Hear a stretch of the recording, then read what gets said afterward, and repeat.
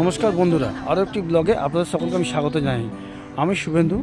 আজকে চলে এসেছি কলকাতার পরেশনাথজি মন্দিরে। আপনাদের পুরো মন্দিরটি ঘুরিয়ে দেখাবো। এই চত্বরে 4টে মন্দির রয়েছে। 4টে মন্দির কি আপনাদের আমি ঘুরিয়ে দেখাবো। আপনারা সঙ্গে থাকুন, দেখতে থাকুন। ব্লগটা হয়তো একটু বড় হবে, কিন্তু আপনারা যদি ধৈর্য ধরে দেখেন আশা করি ভিডিওটি আপনাদের খুবই ভালো লাগবে। চলুন আর কথা না বাড়িয়ে ভিডিওটি শুরু করা যাক। আমি চলে এসেছি এখন পরেশনাথ মন্দিরের একদম সামনে।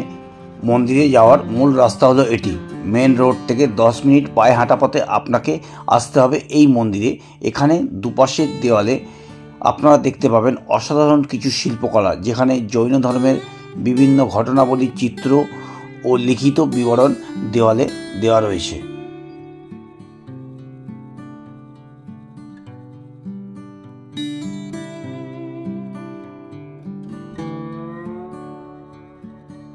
প্রায় 157 বছরের পুরানো পরেশনাথ জৈন মন্দিরটি, যেটি সম্পূর্ণ কাঁচ ও মার্বেল পাথরের তৈরি বিদেশি ধাঁচের, জানতে পারবেন তার ইতিহাস। এই পরেশনাথ মন্দির কলকাতার সবথেকে সুন্দর জৈন মন্দির, যেটি অবস্থিত মানিকতলার কাছে গৌরীবাড়িতে। মোট 4টি মন্দির নিয়ে এই মন্দির কমপ্লেক্সটি অসম্ভব সুন্দর। কাঁচ ও মার্বেল পাথরের কারুকার্যে ভরা এই মন্দিরগুলি কোথায় অবস্থিত, কিভাবে যাবেন, কখন যাবেন ও কি কি দেখতে পাবেন, সমস্ত তথ্য সমৃদ্ধ এই ভিডিওটি রইল আমার তরফ থেকে আপনাদের জন্য। সঙ্গে থাকবে মন্দিরের সম্পূর্ণ ইতিহাস। সম্পূর্ণ ভিডিওটি দেখবেন, অসম্ভব ভালো লাগবে আপনাদের। আর ভিডিওটি থেকে কেমন লাগলো অবশ্যই কমেন্ট বক্সে আপনারা কমেন্ট করে জানাবেন। এই সম্পূর্ণ মন্দিরটি উৎসর্গ করা হয়েছে 23তম জৈন তীর্থঙ্কর পরেশনাথজিকে।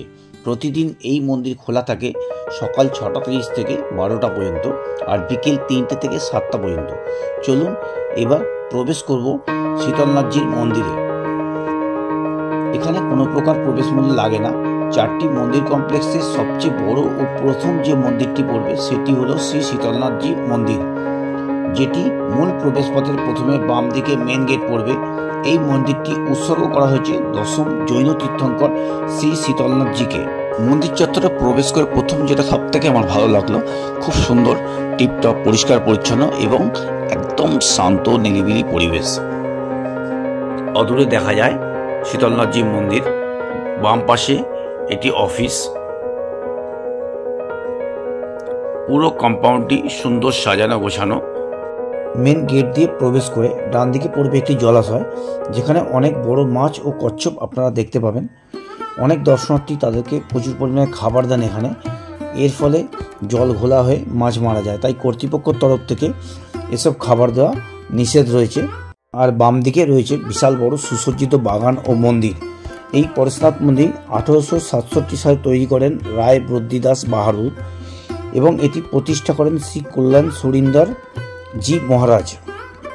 সুবিশাল বাগান চত্বরটি অসম্ভব সুন্দর মার্বেল পাথরের নিপুণ কারুকার্য করা, এবং তার মধ্যে ফুল গাছ দিয়ে খুব সুন্দর করে সাজানো রয়েছে। মন্দির কমপ্লেক্সে রয়েছে মোট 4টি মন্দির। 4টি মন্দিরের মধ্যে এই মন্দিরটি সবথেকে বড়, সাজানো গোছানো ও সবথেকে বেশি সুন্দর। পুরাণ মতে শীতলনাথজি ছিলেন 10তম জৈন তীর্থঙ্কর। তার স্মৃতি উদ্দেশ্যে মন্দিরটি উৎসর্গ করা হয়েছে। এই মন্দিরের সামনে মন্দিরের দিকে মুখ করে রয়েছে মন্দিরের প্রতিষ্ঠাতা শ্রী রায়বদ্রীদাস বাহাদুর। ওনার একটি সাদা মার্বেল পাথরে ভীষণ সুন্দর মূর্তি, অপরূপ সুন্দর নিখুঁত নাক, চোখ, মুখ। দেখছেন রায়বদ্রীদাস বাহাদুর সাহেবের মূর্তিটি। পুরো মন্দির চত্বর জুড়ে রাজস্থানী মার্বেল শিল্পীদের অসম্ভব সুন্দর ভাস্কর্যের নিদর্শন আপনারা দেখতে পাবেন। এখানে একটি সুন্দর ফোয়ারা রয়েছে, বর্তমানে এটি বন্ধ রয়েছে। মন্দিরের ঠিক বাম পাশে বেশ খানিকটা জায়গা জুড়ে এখন সুন্দর গোলাপ বাগান করা রয়েছে। এখানে বিভিন্ন প্রজাতির গোলাপ গাছ রয়েছে, ফুল ফুটে রয়েছে অজস্র। বেশ ভালোই ভিড় হয়েছে দর্শনার্থীদের। তবে এখানে বিকেলের দিকে সবথেকে বেশি ভিড় হয়। মন্দিরের ভিতরে প্রবেশ করতে হলে আপনাকে এখানে জুতো খুলে প্রবেশ করতে হবে সিঁড়ি দিয়ে মন্দিরে। আর ভিতরে মোবাইল বা ক্যামেরা অ্যালাউ নয়, তাই মন্দিরের ভিতরটা আমি দেখাতে পারছি না, বাট বাইরে থেকে খুব ভালোভাবে আপনাদের দেখানোর চেষ্টা করব মন্দিরটি।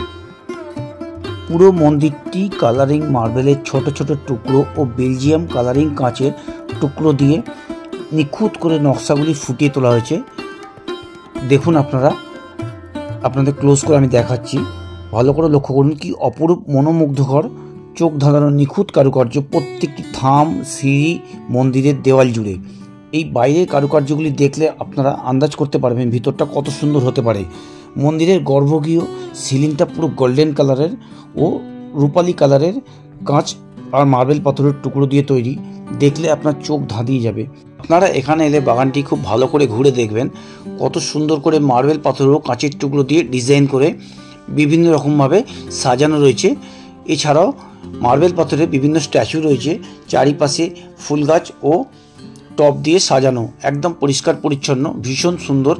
আপনারা বাগানে বসে একটু বিশ্রাম নিতে পারেন, খুবই ভালো লাগবে আপনাদের। এখন দুপুরে মন্দিরে ভোগ প্রসাদ নিবেদন করে ভগবানের উদ্দেশ্যে দুপুরের ভোগ আরতি চলছে। দূর থেকে আমি মন্দিরের ভিতরটা দেখানোর চেষ্টা করছি। ভিতরে ক্যামেরা যেহেতু অ্যালাউ নয়, আমি তাই বাইরে থেকে আপনাদের চেষ্টা করছি দেখানোর। উল্লেখযোগ্য একটি ঘটনা, এই মন্দিরে গর্ভগৃহে একটি প্রদীপ রয়েছে যেটি মন্দির প্রতিষ্ঠার দিন থেকে আজ অবধি জ্বলছে ঘিয়ের দ্বারা। প্রায় 157 বছর ধরে প্রদীপটি প্রজ্বলিত রয়েছে, কখনো সেটি নেভে না। আমার চ্যানেলে যারা নতুন এসেছেন তাদেরকে আমার পরিচয়টা আমি জানিয়ে দিই। আমি শুভেন্দু, আপনারা দেখছেন আমার চ্যানেল শুভেন্দু বার্ড আই। এই পর্যন্ত ভিডিওটি দেখে যদি আপনার ভালো লাগে, ভিডিওটিতে একটা লাইক অবশ্যই দেবেন ও আমার চ্যানেলটি সাবস্ক্রাইব করে পাশে থাকার ছোট্ট একটা অনুরোধ আপনার কাছে রইল আমার তরফ থেকে। প্রথম মন্দিরটি ঘুরে দেখে মেন গেট দিয়ে বেরিয়ে সামনের ডান দিকেই রয়েছে আরও একটি মন্দির। দেখছেন আপনারা, এই মন্দিরটি হলো চন্দ্রপ্রভুজি মহারাজের মন্দির। এই 4টি মন্দিরের মধ্যে অন্যতম একটি মন্দির এটি।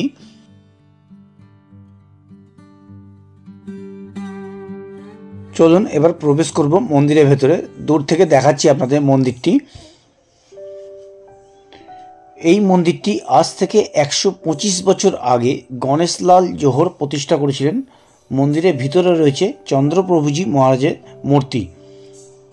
মন্দিরটি দেখলে মনে হয় সুপ্রাচীন মন্দির, বহুদিন মন্দিরটি সংস্কার করা হয়নি। এখানে মন্দিরের সিঁড়িতে উপরে ওঠার মুখে দুপাশে দুটি মার্বেল পাথরের খুব সুন্দর সিংহ রয়েছে। দেখে মনে হচ্ছে যেন সিংহ দুটি মন্দিরটি পাহারা দিচ্ছে। এবার পুরো মন্দিরটি ঘুরে দেখে নেব। শ্বেতশুভ্র মার্বেল পাথরের কারুকার্য খচিত দেওয়াল ও থামগুলি খুবই সুন্দর।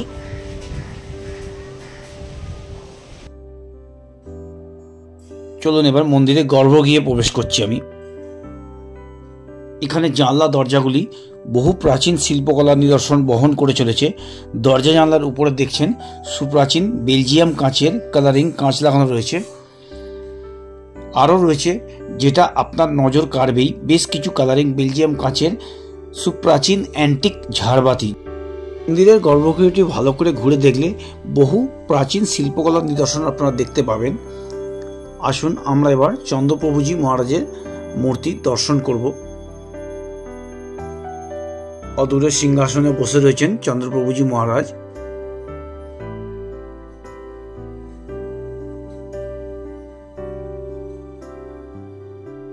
চন্দ্রপ্রভুজি মহারাজের মন্দির দর্শনের পর মন্দিরের গেট থেকে বেরিয়ে সামনের দিকে সরে তাকালেই দেখতে পাবেন দাদাবাড়ি মন্দির। দেখছেন এটা দাদাজিউর মন্দির। এখনও গেট খোলেনি, আমি ওয়েট করছি, 3:30টার সময় গেট খুলবে। শ্রী জয়ী শ্বেতাম্বর দাদাজিউর মন্দির ও বাগান। এই মন্দিরটি খোলা থাকে সকাল 6:30 থেকে 11:30 পর্যন্ত আর বিকেল 3:30 থেকে 6:30 পর্যন্ত। এই মাত্র মন্দিরে গেট খুলল। মন্দিরের ভিতরে আমি প্রবেশ করব। পুরো মন্দিরটি আমি ঘুরে দেখব, অবশ্যই আপনাদেরকেও ঘুরিয়ে দেখাবো। চলুন এগিয়ে যাব ভিতর দিকে। চারিপাশটা অসম্ভব সুন্দর, শান্ত, নিরিবিলি পরিবেশ। নিচের মেঝে পুরো মার্বেল পাথরে মোড়া, সুদৃশ্য মার্বেল পাথরের ডিজাইন করা রয়েছে। অদূরে দেখা যায় দাদাবাড়ি মন্দির। আমি এগিয়ে যাব মন্দিরের দিকে।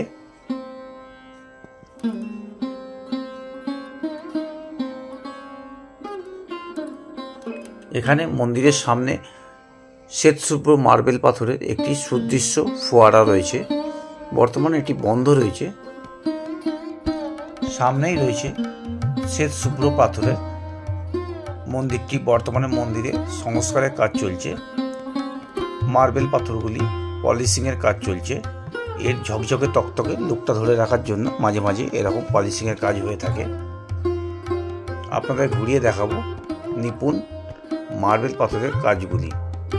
পুরো মন্দিরের দেওয়াল জুড়ে রয়েছে রাজস্থানী মার্বেল শিল্পীদের নিপুণ কারুকার্য।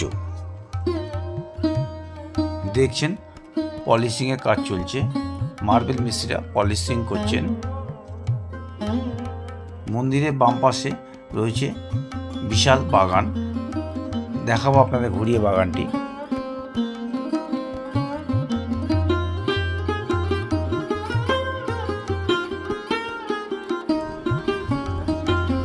বাগান দেখতে দেখতে চলে এসেছি মন্দিরের একদম সামনে। আমি চলে এসেছি মন্দিরের সামনে। এই হলো মন্দির। আপনাকে মন্দিরে প্রবেশ করতে হলে এখানে জুতো খুলে প্রবেশ করতে হবে। ঠিক মন্দিরের উল্টো দিকে রয়েছে একটি জলাশয়।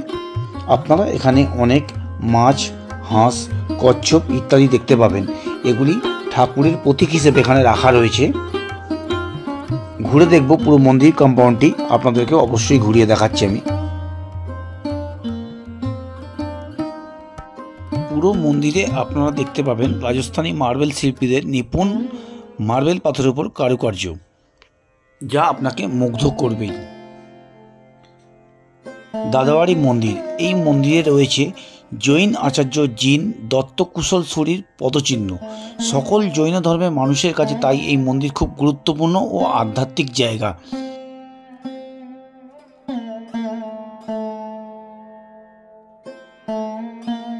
এবারে আমরা দর্শন করে নেব জৈন আচার্য জিন দত্ত কুশলছড়ির পদচিহ্ন।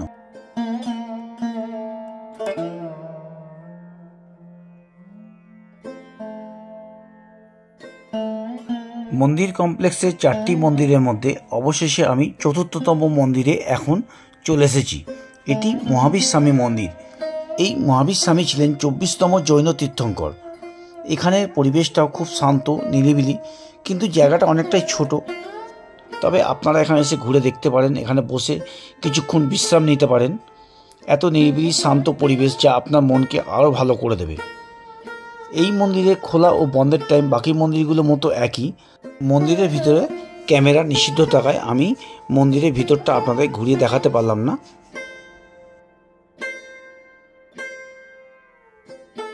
এই হলো গৌরীবাড়ি লেন বাস স্টপেজ, চৌমাথার মোড়। বঙ্গীয় ভাগবত সমাজ লেখা এই বিল্ডিংটা ডান দিকের রাস্তায় আপনারা দেখতে পাবেন। এই দিকেই আপনাকে যেতে হবে। পায়ে হেঁটে 10 মিনিট লাগবে পরেশনাথ মন্দিরে পৌঁছতে। এবারে আপনাদের জানিয়ে দিই কীভাবে আপনারা আসবেন এই মন্দিরে। এই মন্দিরটি উত্তর কলকাতার গৌরীবাড়ি লেনে অবস্থিত।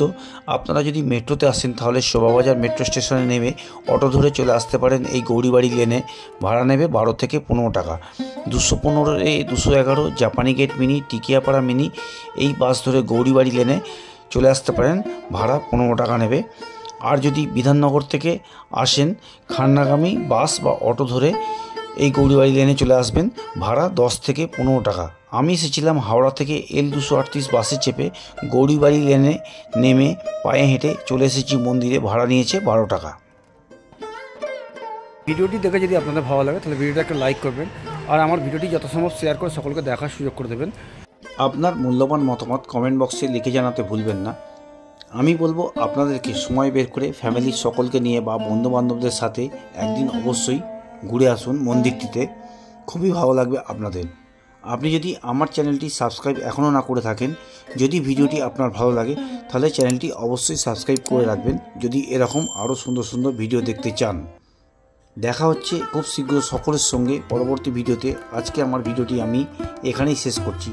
সকলে ভালো থাকবেন, সকলকে ভালো রাখার চেষ্টা করবেন। ধন্যবাদ।